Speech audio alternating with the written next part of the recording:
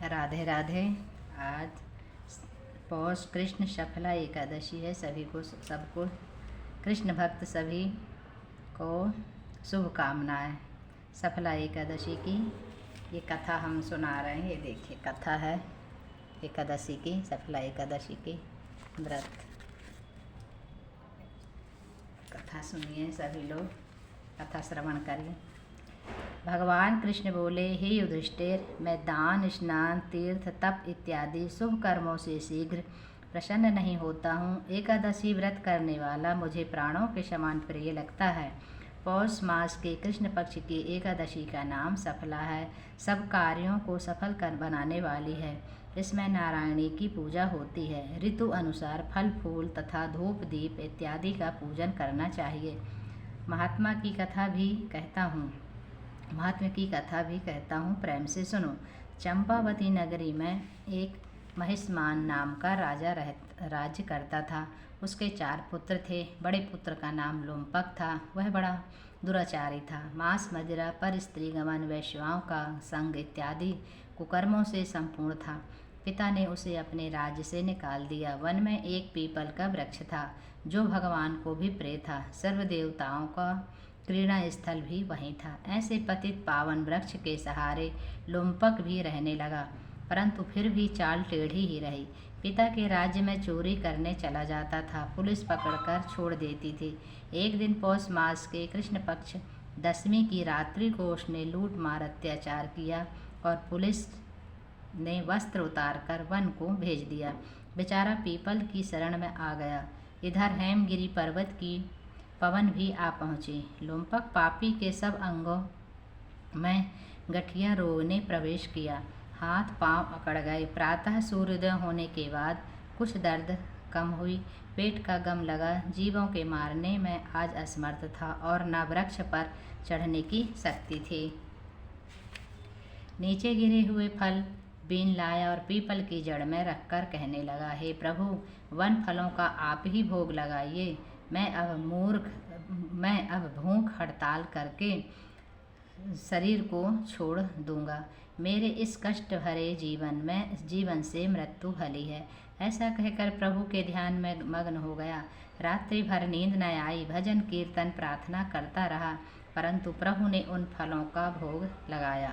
प्रातः काल हुआ तो एक दिव्य अश्व आकाश से उतर कर उसके सामने प्रकट हुआ और आकाशवाणी द्वारा नारायण जी कहने लगे, तुमने अनजाने से सफला एकादशी का व्रत किया। उसके प्रभाव से तेरे समस्त पाप नष्ट हो गए।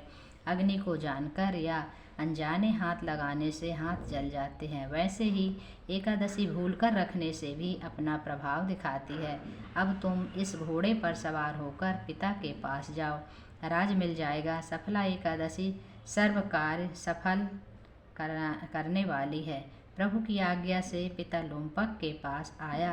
पिता ने उसको राजगद्दी पर बैठाकर आप वन में तप करने चला गया। लोमपक के राज्य में प्रजा सब एकादशी व्रत विधि सहित किया करते थी। सफला एकादशी के महात्म को सुनने से अश्वमेघ यज्ञ का फल मिलता है। बोलो एकादशी मैया की जय। फलाहार इस दिन नारियल, नींबू, अनार, सुपारी आदि अर्पण करके नारायण भगवान की पूजा करनी चाहिए।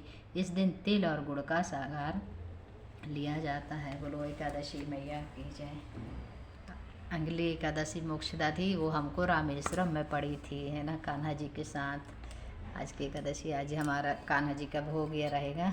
गुड़ और तिल्ली है, सेव है, नींबू है, अनार तो अभी नहीं है, अनार शाम को मंगा लेंगे। नारियल भी है। यही कथा कैसी लगी सभी लोग श्रवण करिए। कथा अच्छी लगे तो कथा में एकादशी को राधे राधे बोली और एकादशी का महात्म्य भी सुनाती हूँ। सुनिए सभी लोग। 26 एकादशियों के महात्म का वर्णन। स्वर्णदान, भूमिदान, अन्नदान, गौदान, कन्यादान आदि करने से जो पुण्य प्राप्त होता है एवं ग्रहण के समय स्नान दान करने से जो पुण्य प्राप्त होता है, कठिन तपस्या, तीर्थ यात्रा एवं अश्वमेघ आदि यज्ञ करने से जो पुण्य प्राप्त होता है, इन सबसे अधिक पुण्य एकादशी व्रत रखने से प्राप्त होता है। एकादशी व्रत करने वाले के प्रत योनि को त्याग कर स्वर्ग में चले जाते हैं। एकादशी व्रत करने वाले में 10 पुरुष व्रत पक्ष के और 10 पुरुषा मातृ पक्ष के और 10 पुरुषा पत्नी पक्ष के व्रतकर्ता को शुभ आशीर्वाद देते हुए वैकुंठ को जाते हैं। दूध, पुत्र, धन और कीर्ति को बढ़ाने वाला एकादशी का व्रत है। बोलो एकादशी माता की जय। राधे राधे। वीडियो अच्छा लगे तो वीडियो को लाइक करेंगे, सब्सक्राइब करिए, लाइक करिए, राधे राधे लिख के जाइए कमेंट्स में। कान्हा जी का, कान्हा के भक्त को, चैनल को सपोर्ट कीजिए सभी लोग। राधे राधे। जय श्री राधे।